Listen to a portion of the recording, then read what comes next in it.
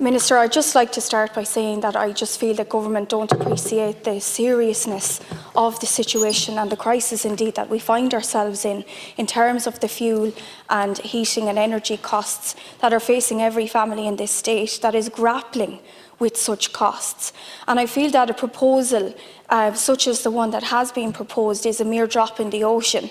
I mean, 20 cent off petrol per litre, 15 cent off diesel and 2 cent off agricultural diesel is an insult. I actually thought I read it wrong when I saw that it was only 2 cent off agricultural diesel, but yet you're expecting the farmers to perform miracles in increasing crop growth and getting involved in that activity. So how do you expect them to do that if you're only cutting the excise by 2 cent on the agricultural diesel? I'd just like to ask government that, because it appears that you have no understanding of rural Ireland or how farmers operate, and it's quite shocking really. So I would appreciate, if you could listen to the farming organisations and indeed the people of rural Ireland who have already told you this and who have already told you that there was a deep crisis long before we had the war in Ukraine. I mean, we've been raising this issue for the last year and a half in this stall about rising costs of living and people really struggling. But we're not alone in that. St Vincent de Paul has also raised it, where they're receiving unprecedented numbers of calls where people just cannot afford heating oil and they're in deep crisis. But I would like to point out that there are solutions, Minister. There are absolutely solutions. And one solution is to completely suspend the carbon tax. It is a tax that is unfair, unjustified and indeed regressive, and that will have serious repercussions in rural Ireland. And I know for a fact that many agricultural contractors have gone out of business because of the carbon tax and because of the effect it has had on their businesses. So I would hope that government would see sense and would postpone such an increase. And indeed, I want to go as far as say that I oppose this tax, as do my rural independent colleagues, because it is, as I said, an unfair and regressive tax. It is also alarming that nothing in your announcement makes reference to home heating oil or cutting the excise duty on home heating oil. Quite shocking really, considering that you've closed down the Midlands in terms of Bord na Móna operations. I mean, it's crazy.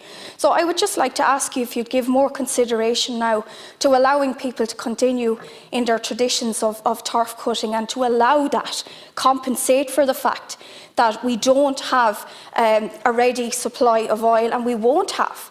There is a shortage, as well as the rising prices. So I think the logical thing to do, the common sense thing to do, and indeed the right thing to do, would be allow people to cut turf and allow that to take place, to compensate for what's happening here until we have alternatives. We don't have alternatives. So to close down entire operations and to stop people from cutting turf is quite shocking in light of the crisis that we're in now. So I would ask you to have a look at that again.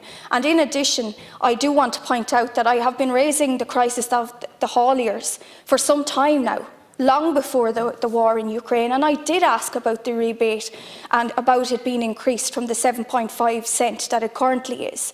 I mean, in other countries such as France, it's 19 cent per litre, in Belgium it's 22.5 cent. And it is quite alarming also that we could have serious disruption to our supply chain if the hauliers cannot continue in their businesses. And I know I have spoken to hauliers, I've spoken to Ger Hyland of Highland Transport in Rosenallis, and there's huge concerns. And those people are the experts. They don't know how the industry runs and they know what needs to be done. And it is my understanding that the IRHA have reached out to government on a number of occasions, long before the crisis got this bad. So there is serious concerns, and I know from other transport companies such as Nolan Transport, also a huge company, lots of jobs obviously created in rural Ireland by these hauliers, but you're not giving them fair play.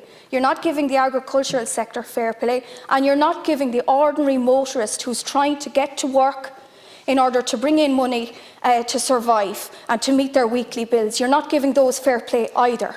So everybody in this country is affected, and the announcement that we see is a mere drop in the ocean. It's not enough. So I would ask you to go back to the drawing board, immediately revise the carbon tax increase, make sure it doesn't happen. I would also ask you again to look at the home heating oil situation and to allow people to burn fossil fuels and to try and put something sensible in place. Instead of punishing the people of Ireland, can you not just bring in some measures that make sense and maybe exercise some common sense when it's needed? Because, as I say, we are at a point now in deep crisis, and what we need from government is action. Because I've been answering calls to my constituents all day, and they're absolutely flabbergasted at the lack of action and at the lack of meaningful actions. I mean, what happened and the announcement today, as I said, is a mere drop in the ocean. But we know that the price of diesel and petrol has shot up and will continue to shoot up. So it's not going to solve the problem. But what you will cause is serious disruption to our supply chain, because we'll see many hauliers having to park up. And I don't want to see that. So I am pleading with this government, and indeed on behalf of the ordinary working people who are struggling to survive, please take meaningful and urgent action. You're not always bound by EU directives. There's nothing stopping you from dropping the carbon tax on the home heating oil. As far as I'm aware, there's no EU directives there. But what you do need to do is be fair, be compassionate, and take meaningful action that will help people in this country.